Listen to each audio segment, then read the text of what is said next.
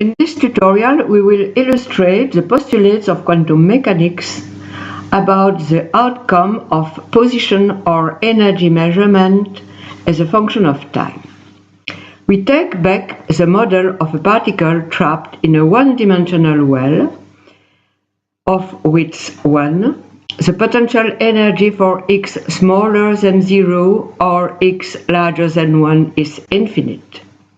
On the left and the middle, one sees two eigenfunctions, the ground state and the first excited state.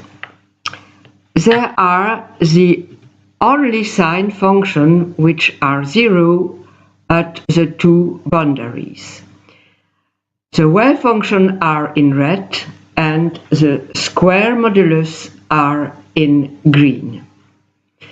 On the right, one sees a superposed state, which is a combination of the ground and first excited state with equal weight. Due to the superposition, the probability of localizing the particle is larger on the left of the well. By varying n, we can see the evolution of the wave function after n delta t. The value of delta t will be discussed later. One may see the evolution on a continuous way. The real part of the wave function is in red, and the imaginary part is in blue. One obviously sees that the wave function is evolving with time, but the square modulus remains unchanged for the time-dependent wave functions are a solution of the time-dependent Schrödinger equation, which is written here for the model with only kinetic energy. The time-dependent wave function for the eigenstate are the product of the function, which is solution of the time-independent Schrödinger equation, by a phase factor which depends on the eigenenergy. By writing this factor as a function of the trigonometric function, one sees that the real part of the function evolves as a cosine function of time, and the imaginary part evolves as a sine function of time with the corresponding eigenenergy. By taking the square modulus of the function, the time dependence disappears, so the probability of localizing the particle doesn't evolve with time. For each eigenstate, the motion of the wave function is periodic in time, and the period is given by 2 pi h bar divided by the eigenenergy. In this example, as the energy of the first excited state is 4 times the energy of the ground state, the period is smaller.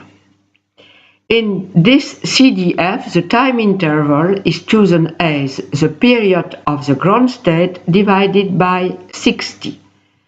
If you look at the graph for n equal 15, for example, the ground state is at the quarter of its period, while the first excited state is at the end of the first period. Now, what happened for a superposed state? As it is a superposition of eigenstate, each eigenstate evolves with its phase factor.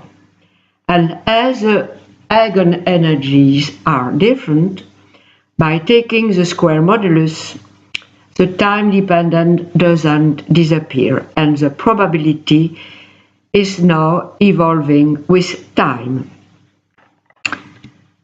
The period of the motion is now determined by the energy gap. It is an example with only two eigenstate in the superposition, and in this example the period will be given by the period of the ground state divided by 3. So for n equal, for example, 20 here, the wave packet is again similar to what it is at the initial time, again for 40 or for 60. So at each period the wave packet is similar to the initial condition, and it is called the revival of the wave packet.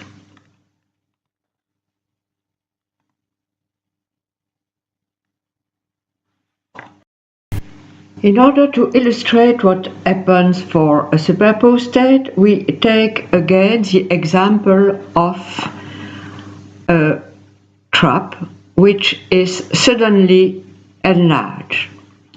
By varying n, one can choose to multiply the width by 2, 3 or 4.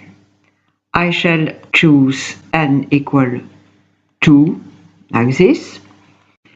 By varying j, one can consider different eigenstate of the small trap, for example 2, 3, and we will consider the ground state. The wave function is in red. What happens if we measure the position of the particle or the energy at the initial time, which is a time for which the width is suddenly enlarged? At that time, the wave function is given by the eigenfunction of the small width. So the probability of localizing the particle is again given by the square modulus of this function, and the maximum of probability is at the middle of the small well. Now, if we measure the energy at that initial time, the wave function is no more an eigenfunction of the large trap.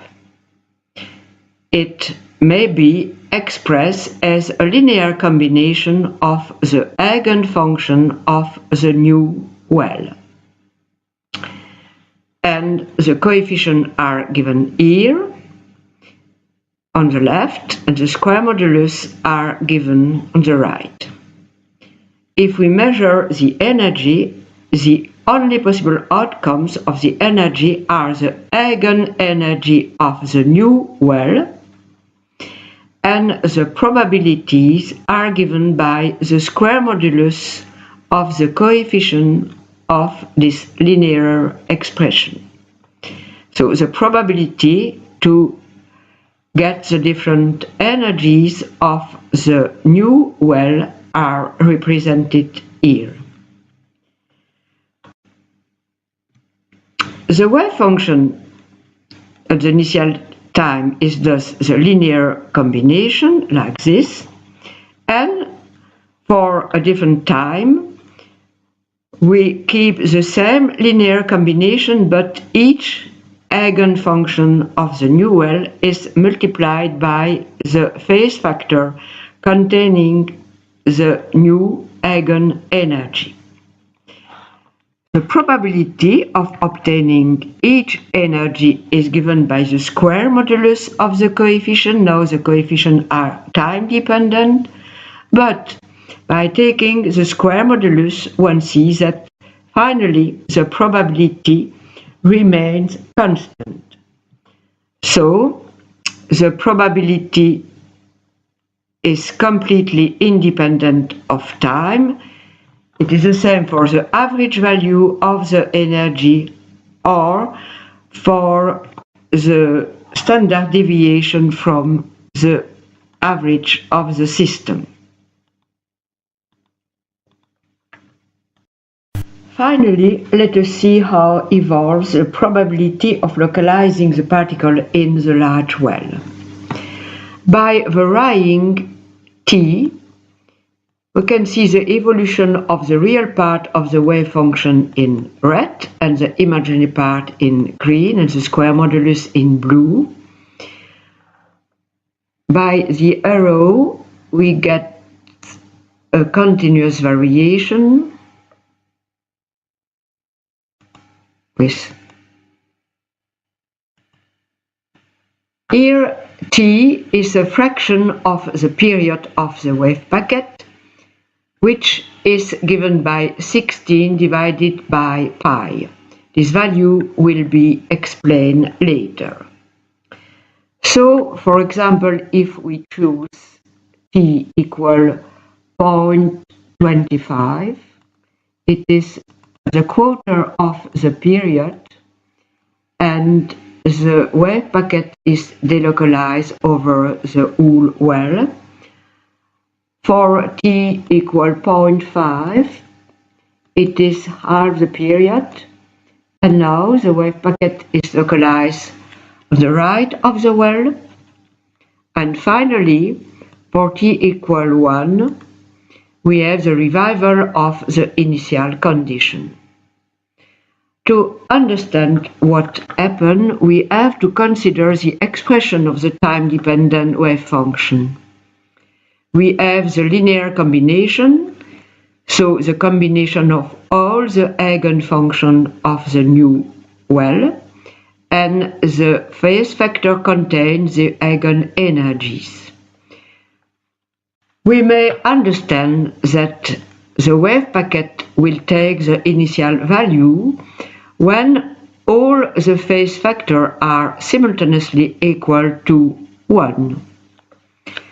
And by inserting the expression of the eigenenergies of the new well, they are here, we see that finally we have the exponential of an expression with n squared, which is an integer. So the exponential will be equal to 1 for a time 2, so that everything here is equal to 2 pi. And in our example, finally the period is given by this expression, and in this CDF the mass is equal to 1 atomic unit, the length, the width is equal to 1, and h bar is also equal to 1, so one can understand the value of the period for the revival of the wave packet in this example. So, in summary, we have illustrated that for a superposed state, the outcome of the measurement of the position evolves with time, but the distribution of the outcome of the energies remain constant.